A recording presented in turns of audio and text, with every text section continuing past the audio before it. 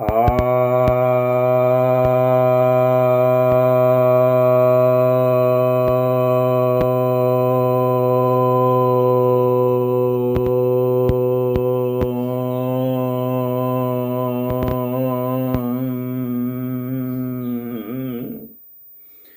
सभी भक्तजनों को सप्रेम नमन। भक्तों, आज मैं आपको दही के आयुर्वेदिक लाभ के विषय में बतलाने जा रहा हूँ।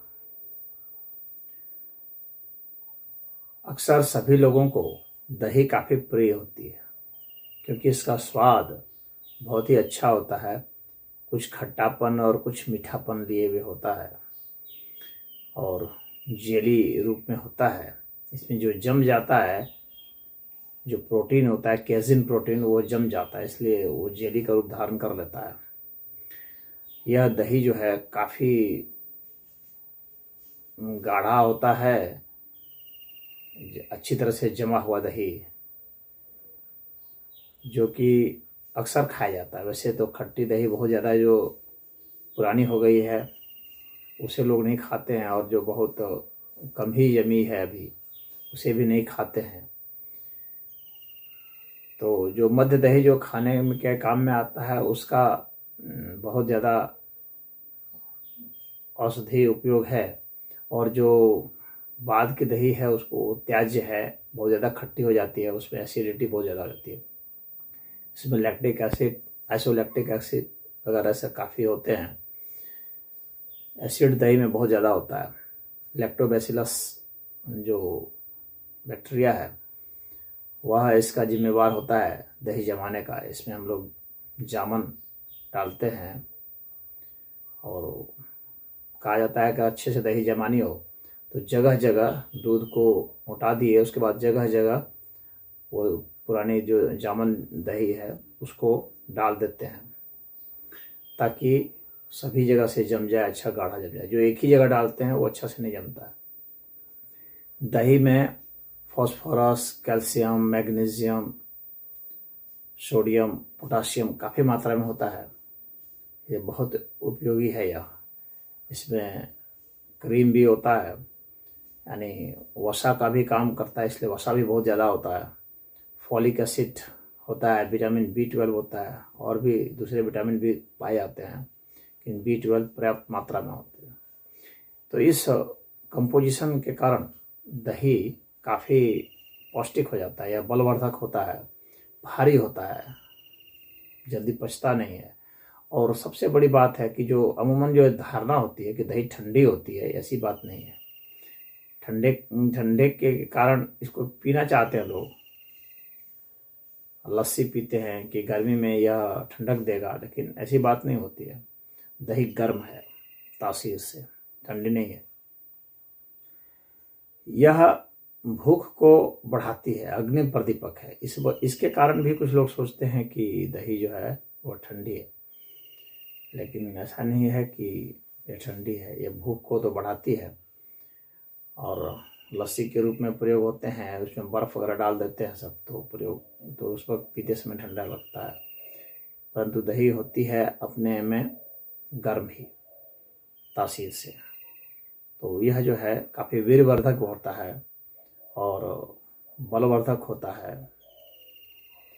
यह अरुचि को दूर करता है और बांधने वाला होता है। अगर आपको टट्टी हो रही हो तो दही लेने से आपको पतले दस्त को यह रोक देता है। अतिसार में यह लाभकारी है। यह वात नाशक होता है, शरीर में वात रोग जिनको है उनको नाश करता है, क्योंकि यह गर्म होता है तो पचने में भारी होता है, मल को बांधने वाला होता है, इसलिए इसे ग्राही भी कहते हैं। यह हमारे में मेद धातु जो है उसको यह बढ़ा देता है। इसमें कफ को भी बढ़ाने की ताकत है, तो यह कफ को बढ़ाता है। इसलिए आप दही खाएंगे तो खांसी आपको ज़्यादा आती है, तो जिनको खांसी की परेशानी है उन्हें दही नहीं खानी चाहिए। कफ वर्धक होता है यह, और जो है पित्त भी बहुत बढ़ाता है। यदि दही जितनी खट्टी होगी उतना ही ज़्यादा पित्त बढ़ जाएगा, तो एसिडिटी आपको शरीर में हो जाएगी, चखते चखते निकल सकते हैं, यह होता है। अब मूत्र में अगर दोष है, पेशाब करते समय दर्द होता है, तो यह दही जो है काफ़ी हितकारी होती है। जिन लोगों को खाने में रुचि नहीं है उनके लिए तो बहुत ही अच्छी है, यह रुचि पैदा करने वाली है। दही के विषय में कहा जाता है कि दही कभी भी ऐसे नहीं खाना चाहिए खाली खाली, उसमें गुड़ वगैरह डाल देना चाहिए, मिश्री डाल देनी चाहिए। कुछ लोग नमक डाल के खाते हैं, नमक नहीं डालना चाहिए। नमक डालने से क्या आएगा, उसमें जो बैक्टीरिया है वो मर जाते हैं और उससे और एसिडिक हो जाएगा। कुछ लोग सोचते हैं कि खट्टा को ये दूर करेगा, नहीं, यह और बढ़ा देगा एसिडिटी को और इसकी क्वालिटी को गिरा देगा। तो मरे हुए बैक्टीरिया जो है शरीर को नुकसान पहुंचाएंगे और तेज़ी से वहाँ ग्रोथ भी नहीं होगा। तो उसको जो है मिश्री ठीक है, चीनी नहीं डालनी चाहिए। चीनी डालेंगे तो कफ की वृद्धि करने वाला हो जाएगा यह। दही में या आप जो है घी डाल के ले सकते हैं और मधु डाल के ले सकते हैं। शास्त्र में बताया गया है कि बिना मिश्री के, बिना गुड़ के, बिना मधु के, बिना घी के इसको कभी भी नहीं लेना चाहिए। और भी परहेज का समय बताया गया है कि रात में तो दही कभी नहीं खानी चाहिए। शरद ऋतु में, ग्रीष्म ऋतु में, वसंत ऋतु में ये नहीं लेना चाहिए, उसमें यह नुकसानदायक होता है। यह जो है अगर बहुत वो हो जाए, अगर आपको खट्टी हो जाए तो नहीं लेना चाहिए, नहीं तो पीलिया भी बढ़ा देता है, पांडु रोग भी बढ़ा देता है और चकत्ते वगैरह निकल जाते हैं, विषर्प की उत्पत्ति होती है। इसे निषिद्ध माना जाता है दही ऐसे लोगों के खाने के लिए।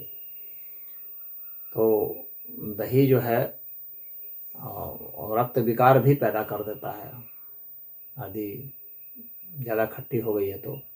हालांकि सामान्य खट्टी में भी कुछ तो रक्त विकार होगा ही, लेकिन उतना नहीं होगा, उतना परेशान नहीं करेगा। जुकाम वगैरह को भी यह दूर करता है। यदि आप ज्वर वगैरह में भी लेंगे तो फायदा करेगा। विषम ज्वर विशेषकर है, यानी विषम का मतलब हो गया कि कभी होता है एक बार और फिर उसके बाद नहीं होता है, तो इस तरह का जो विषम ज्वर है उसको दूर करता है, तो दुर्बलता को भी दूर करता है।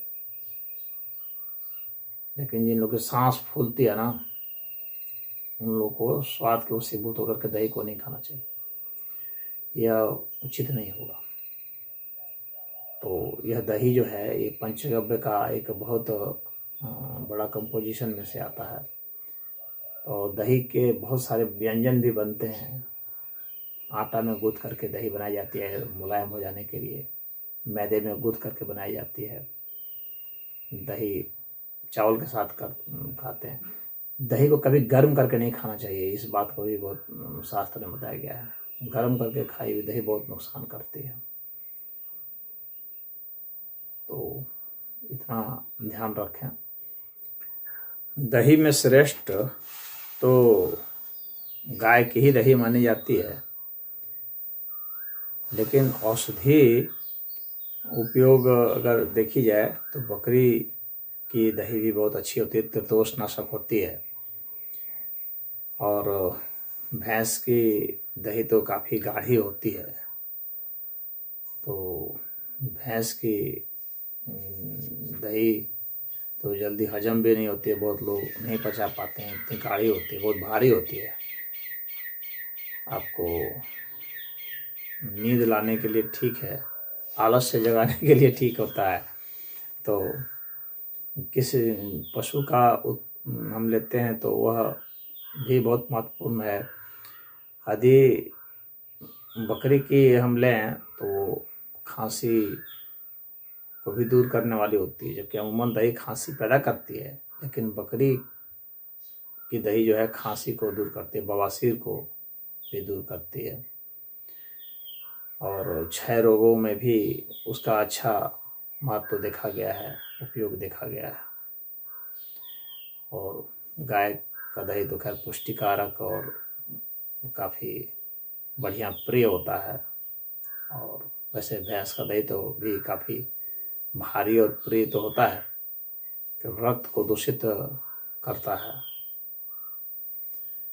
तो आप इसको समझते हुए ही उपयोग करेंगे, यही हमारी कामना है। तो इसमें इतना ही। ओम।